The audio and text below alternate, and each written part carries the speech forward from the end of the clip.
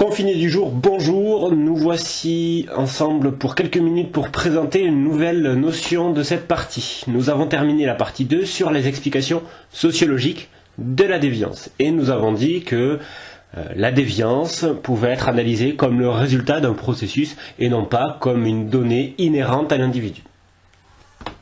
Dans cette partie 3, on va essayer d'abord de définir la délinquance et ensuite de voir quelles sont les difficultés liées à la mesure de la délinquance. Donc, grand A, la délinquance, une forme particulière de déviance. Alors, vous savez, la déviance, on la définit comme étant les comportements qui ne respectent pas les normes sociales ou les normes juridiques.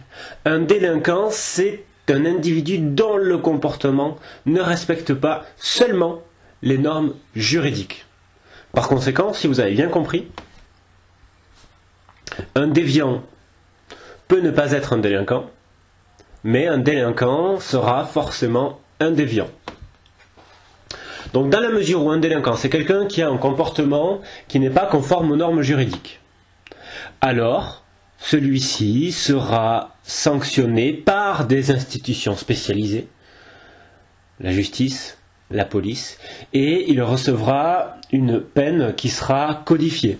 Ça peut être une amende, ça peut être une peine de prison, une peine avec sursis, etc., etc.